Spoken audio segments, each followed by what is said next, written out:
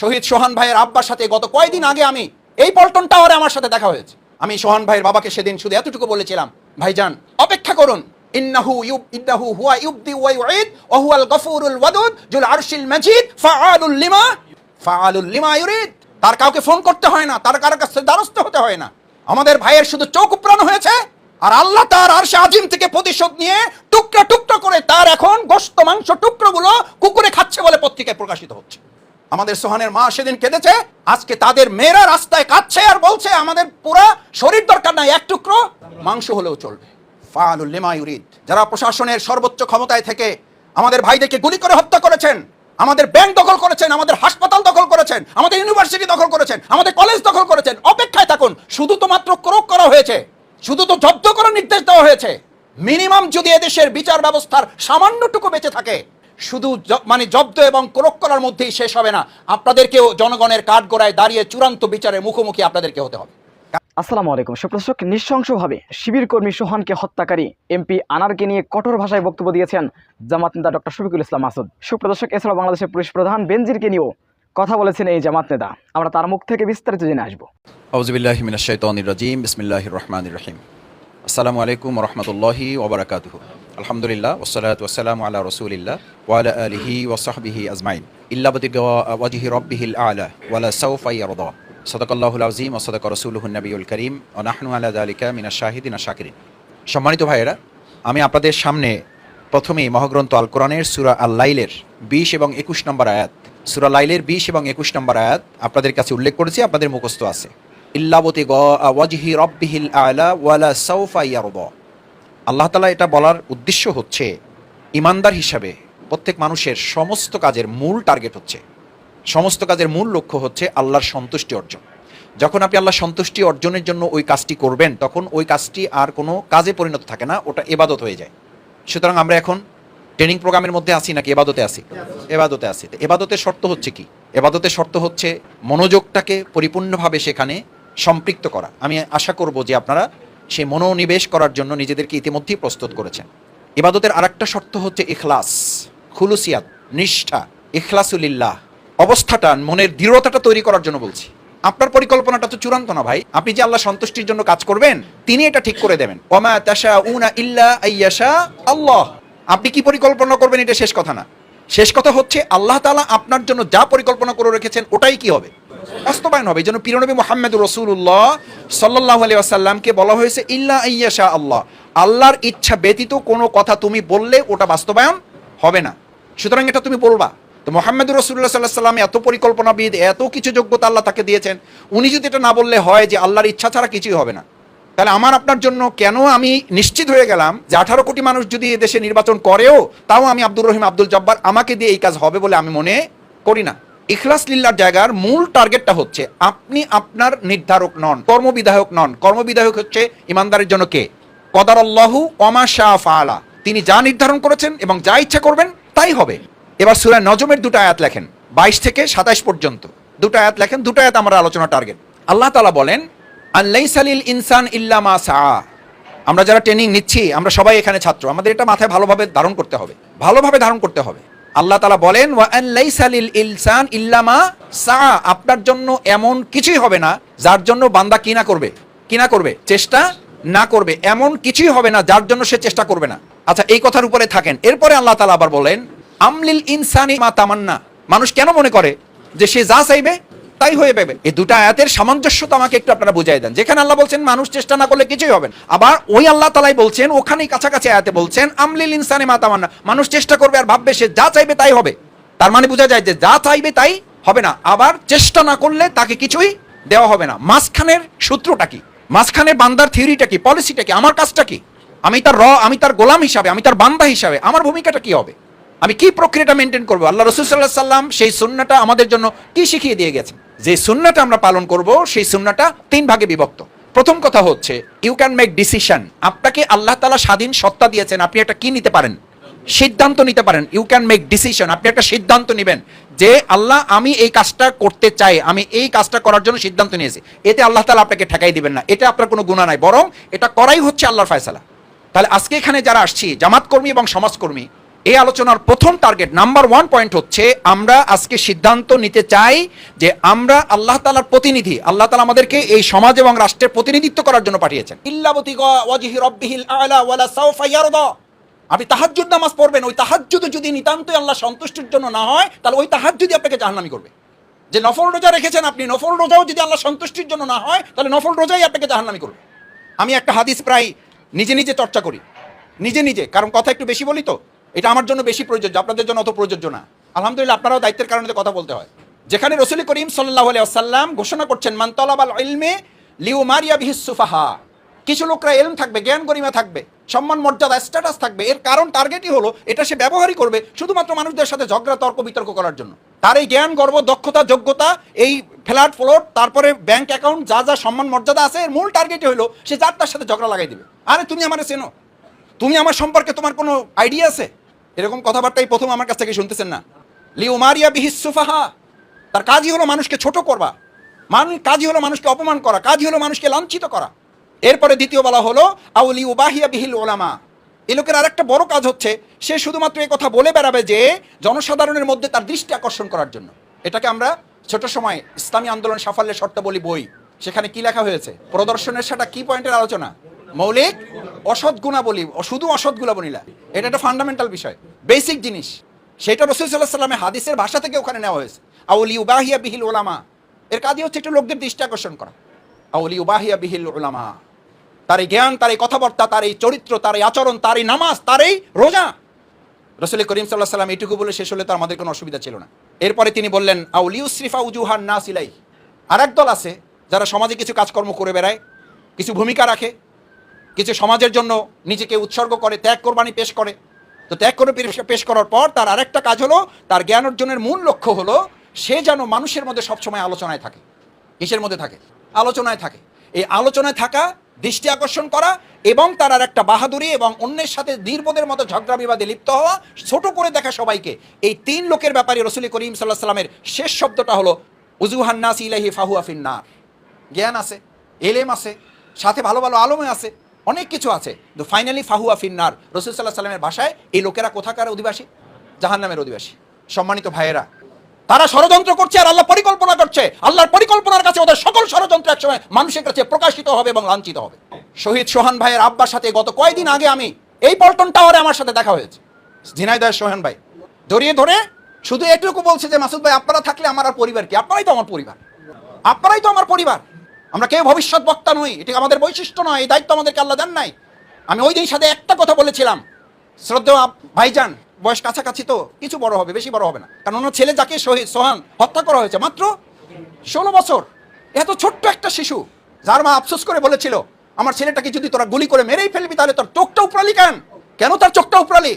এই আমাদের সোহানদের যারা চোখ উপড়িয়ে শহীদ করে যারা সমাজকর্তা, সমাজকর্মী হিসেবে জনপ্রতিনিধিত্বের দায়িত্ব পালন করেছেন, আজকে তাদের ব্যাপারে জামাতের কথা বলতে হয় না, পত্রিকায় মিডিয়ায় আসছে, সন্দেহ করা হচ্ছে হয় চোরাকারবারির সাথে লিপ্ত, না হয় হুন্ডি ব্যবসার সাথে লিপ্ত, না হয় স্বর্ণ চালানের সাথে লিপ্ত।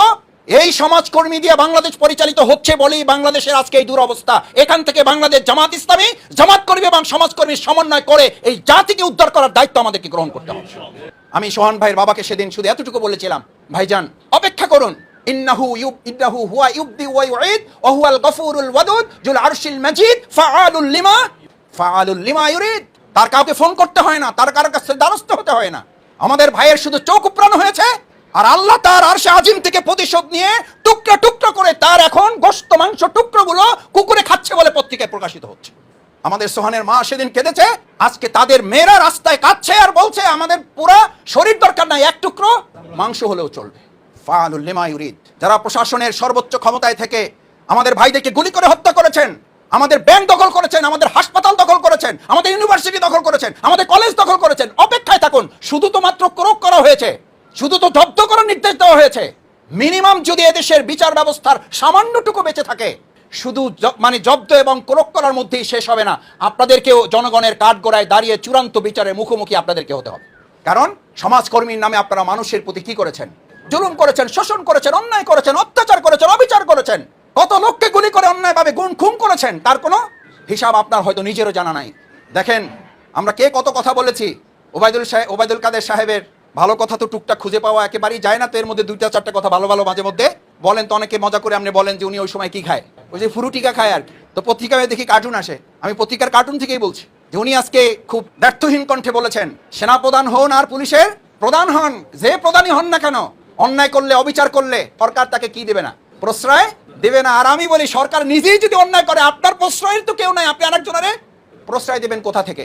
সম্মানিত ভাইয়েরা, ওয়াকমুর বিল উরুফ ভালো করে খেয়াল করে এটা লেখেন।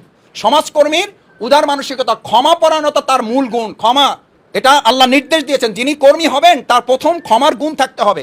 এখন আমাদের অবস্থা হয়েছে আমরা অন্যকে একবারও ক্ষমা করতে পারি না, নিজের বেলায় 100 বার ক্ষমা করতেও কোনো কি হয় না, অসুবিধা হয় না। খুজিল আফওয়া ওয়াকমুর বিল উরুফ, যারা সমাজের কর্মী হিসাবে কাজ করবেন তারা যেন খুজিল আফওয়া মানে তারা যেন ক্ষমাশীলতার নীতি অবলম্বন করে। শুধু ক্ষমা একবার করবেন না, নীতিটাই হবে আপনার ক্ষমার নীতি। দেখি পারা যাবে একটু, দেখি ইনশাল্লাহ পারবেন, ইনশাল্লাহ ইনশাল্লাহ। আল্লাহ আমার সব যেন নষ্ট করেন। আমার সারা রাত ভালো যায় না যে সেক্রেটারি হিসাবে আমার হক ছিল, উনি আমাকেই প্রথম ফোন করেছেন, এটা ওনার দায়িত্ব উনি পালন করেছেন। আমি কি করেছি? আমি ফেল করেছি। আমার মাঝখানে যে অসুস্থতা ছিল, ডাক্তারের 1 নম্বর পরামর্শ হলো আপনি যে টাইমটুকু ঘুমাবেন আপনি ফোন বন্ধ করে নিরিবিলি ঘুমাবেন, ডিপ স্লিপ আপনার 1 নম্বর ওষুধ। আমি বললাম কি বললেন এটা মানে কি করতে হবে?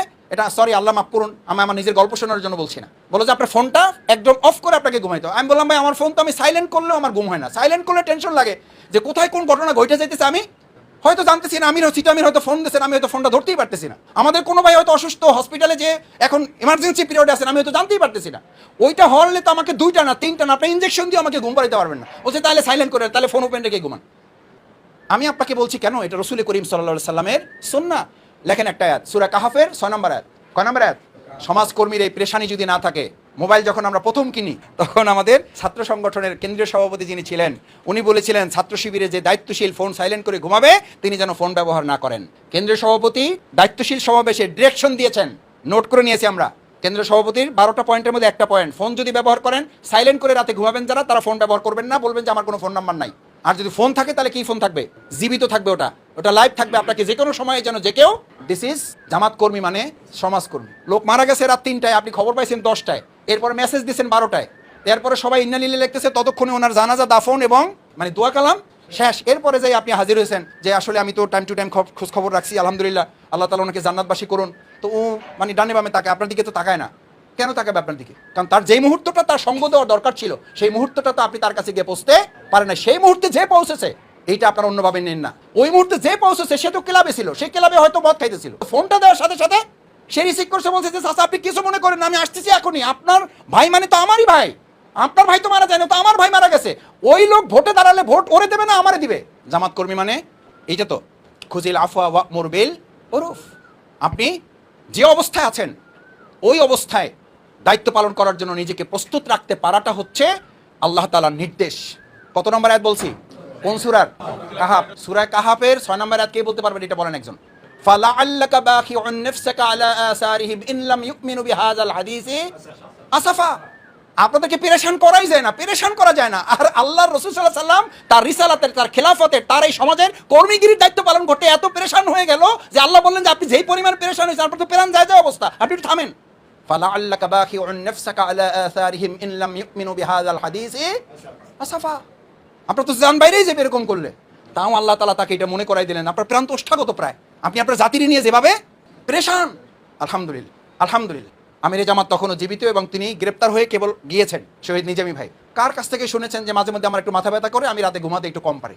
আমিরে জামাতের ওয়াইফ তখন ফোন করে আমাকে শুধু জিজ্ঞেস করলেন তোমার তো ঘুমাইতে হবে, কাজ করতে হলে তোমার ঘুমাইতে হবে, এত টেনশন, তুমি একা সব টেনশন করে তো কুলাইতে পারবে না, তো ঘুমাবার আগে তুমি একটু গরম দুধ খেয়ে ঘুমাবা, আশা করি তোমার ঘুমটা এখন থেকে ভালো হবে। আলহামদুলিল্লাহ, আমি এখনো চেষ্টা করি যদি দুধ থাকে তো বাড়িতে একটু 1 কাপ হলেও দুধ খাই আমি ঘুমানোর চেষ্টা করি। আলহামদুলিল্লাহ, আল্লাহ ঘুমের মধ্যে বরকত দান করে।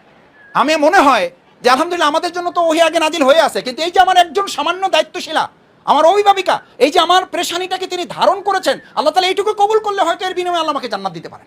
আলহামদুলিল্লাহ, আমরা আমাদের দায়িত্বশীলদের জন্য দোয়া করি। পেরেশানিটা রাসূল করিম সাল্লাল্লাহু আলাইহি ওয়াসাল্লামের ছিল এইরকম যে আল্লাহ তাআলা তাকে থামিয়ে দিতে হলো। কয়টা পয়েন্ট বলতেছিলাম? 3টা। কয়টা বলছি?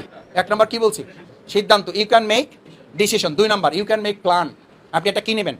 পরিকল্পনা নেবেন, কোনো কথাবার্তা নাই যে ভাই সংগঠন আমাকে দায়িত্ব দিয়েছে আর কোনো কথা শুনতে চাই না, আমি এই সিদ্ধান্ত বাস্তবায়ন করবো ইনশাল্লাহ। সেটার জন্য আমার একটা প্ল্যান আছে। কি প্ল্যান আছে? প্ল্যানটা 4টা। কয়টা? ক খ গ দিয়ে একটু লেখেন। 4টে প্ল্যান। নাম্বার 1, ত্যাগ কোরবানির মানসিকতা পোষণ করবেন। আপনি মানুষের জন্য করেন, মানুষ আপনার জন্য করবে। কিন্তু করাটা শুরু আগে তার থেকে না আপনার থেকে? তোমার কাউন্সিলগিরি, তোমার মেয়রগিরি, তোমার এমপিগিরি, তোমার মন্ত্রীগিরি, এমনকি তোমার মহানগরীর সেক্রেটারিগিরি, এই গিরির সাথে যদি দুনিয়ার কোনো সম্পৃক্ত থাকে, তা তোমার মতো শফিকুল ইসলাম মাসুদকে দিয়ে জাহান্নাম উদ্বোধন হবে। উদ্বোধনী অনুষ্ঠানের মেহমান হবে শফিকুল ইসলাম মাসুদ, আল্লাহ আমাদের মাফ করুন। আবু হুরায়রা রাদিয়াল্লাহু তাআলা কত হাদিস বর্ণনা করেছেন, কম না বেশি? তার মধ্যে একটা হাদিস বর্ণনা করতে গিয়ে কয়বার বেহুশ হয়েছেন? কেউ বলেন 3 বার, কেউ বলেন 4 বার। একবার বেহুশ হন, রাসূল সাল্লাল্লাহু আলাইহি ওয়াসাল্লাম মাথাটা উঠাই আবার হাঁটুর উপর রাখেন, আবার বেহুশ হন, আবার মাথাটা উঠাই হাঁটুর উপর রাখেন, নাড়াচাড়া দেন। কি হয়েছে তোমার? কি হয়েছে তোমার? রাসূল করিম সাল্লাল্লাহু আলাইহি ওয়াসাল্লামকে বললেন, ইয়া রাসূলুল্লাহ, আপনার কোশ্চেনের জবাবে আমি যখন জানতে চাইলাম মান হুয়া, আপনি যে জাহান্নামের খবর, মেরাজের রাতে আপনি যে জাহান্নাম ভরপুর দেখে এসেছেন মহিলা এবং পুরুষ দিয়ে, 1000 জনে 999 জন কোথায় যাবে, এই খবর যখন আপনি দিলেন তখন জাহান্নামের যে চিত্র দেখেছেন সেখানে আপনি কাদেরকে দেখেছেন? হু আর দেম, তারা কারা? আমি যখন আপনার কাছে জানতে চাইলাম, আপনি তখন আমি ভাবছিলাম বলবেন অহুয়া কাফের, ওয়াহুয়া মুনাফিক, ওহুয়া মুশরিক, ওহুয়া জালেম, ওহুয়া ফাসিক, ওহুয়া মুরতাদ। আপনি এর কোনোটাই বললেন না, বরং আপনি উল্টা বললেন ওয়াহুয়া আলেম, ওহুয়া আলেম। সেজন্য ভাইয়েরা, সামগ্রিক কাজের মধ্যে রব্বাকুম, এই যে আপনি রুকু করবেন, সিজদা করবেন, গোলামি করবেন, কার করবেন? সমস্ত কিছুর উদ্দেশ্য হচ্ছে বাংলাদেশ জামাত ইসলামী সেটার জন্য আপনাকে নির্ধারিত করে। জামাতের আলাদা কোনো টার্গেট নেই, টার্গেট হচ্ছে এটা, আপনি আল্লাহর গোলামি করবেন। দেখেন, তারপরে কথাটা হচ্ছে আপনার জন্য সমাজ করবি, আগেরগুলো হলো আপনি জামাত করবি, পরেরটা কি করবি? রব্বাকুম অফআলুল খয়র, অফআলুল খয়র। এবার তুমি সমাজকর্মী হিসেবে নিজের পরিচয় পেশ করো। আগে জামাত কর্মী, আল্লাহর কর্মী, আল্লাহর গোলামি, আল্লাহর দাস, এই পরিচয় তুমি দিয়ে ফেলছো। এখন অফআলুল খয়র, এবার তুমি সমাজকর্মী হিসেবে নিজেকে পেশ করো। তো সমাজকর্মী হিসেবে নিজেকে পেশ করার এই টার্গেট জামাত যে নির্ধারণ করেছে, আপনার পরিচয় যে নির্ধারণ করেছে, এটা কি জামাতের পলিসি নাকি আল্লাহর পলিসি? আল্লাহ তাআলা নির্দেশ দিয়েছেন এবার, ইয়া আইয়ুহাল্লাযীনা আমানু, যদি ঈমানদার হও রুকু করো, সিজদা করো, আমার দাসত্ব করো।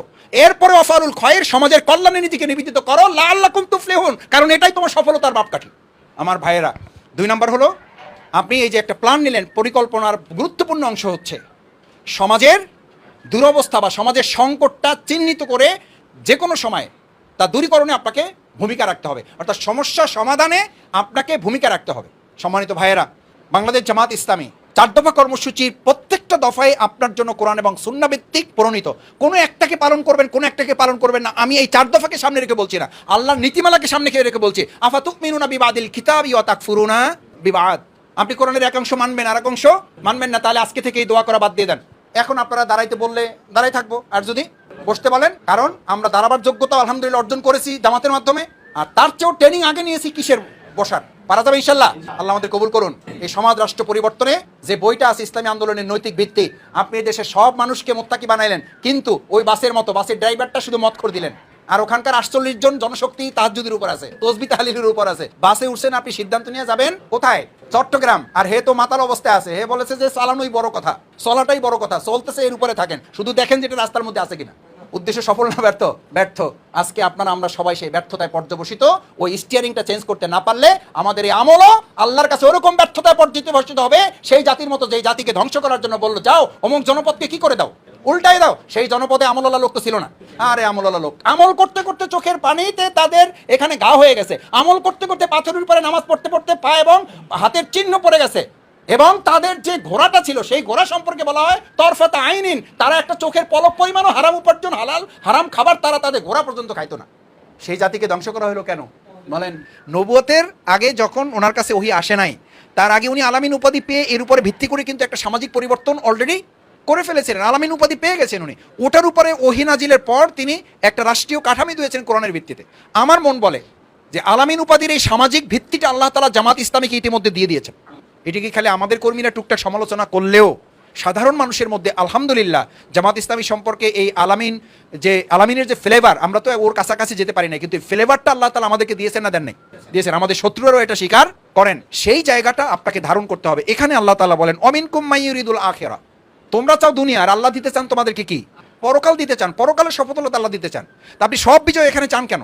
কাজ বিজয়ের জন্যই করব, কিন্তু দুটো জিনিস কিন্তু আল্লাহ তাআলা তার নিজ হেফাজতে রেখেছেন।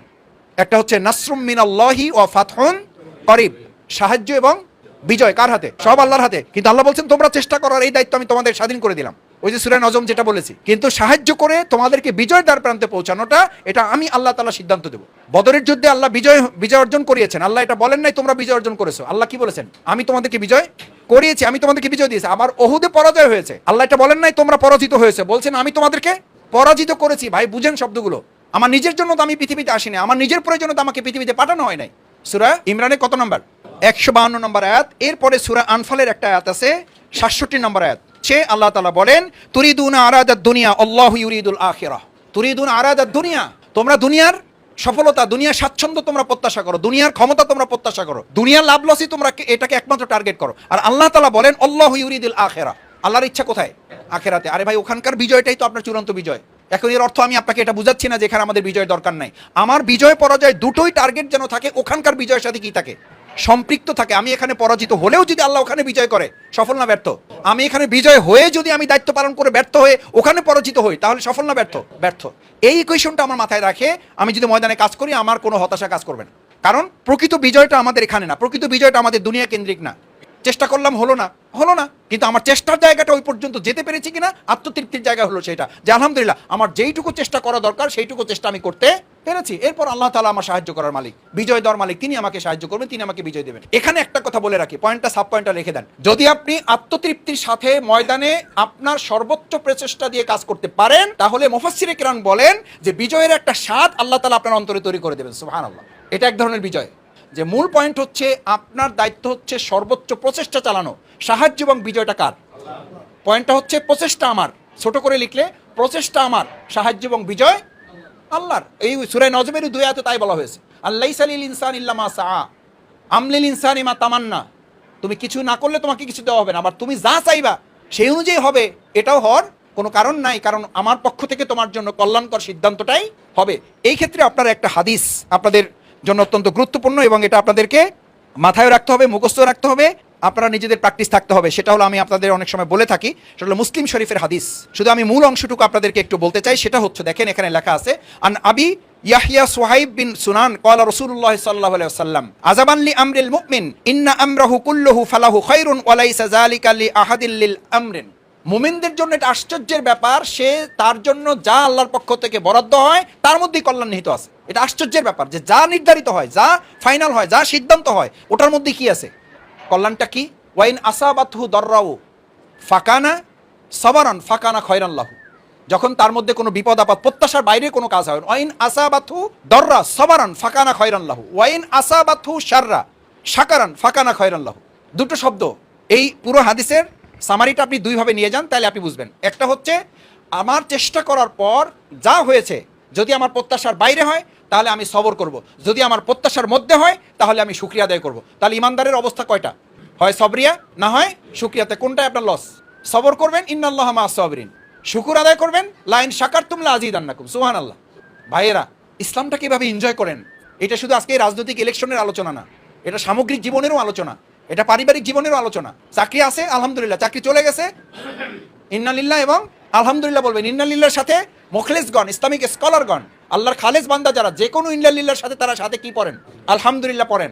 সলফে সালেহিনগণ, তার সন্তান, তার স্ত্রী, তার মা বাবা মারা যান, দুঃসংবাদ শুনেছেন, পড়েন ইন্না লিল্লাহি ওয়া ইন্না ইলাইহি রাজিউন আলহামদুলিল্লাহি রাব্বিল আলামিন। আমার এই সন্তানকে এতদিন আল্লাহ যে বাঁচিয়ে রেখেছেন, এটার জন্য আল্লাহ শুকরিয়া আদায় করি। যে সন্তানকে উনি এখন নিয়ে গেলেন, এই সন্তান যদি নাই দিতেন তাহলেই আমার করার কি ছিল? তা খালি ইন্না লিল্লাহি আলহামদুলিল্লাহ।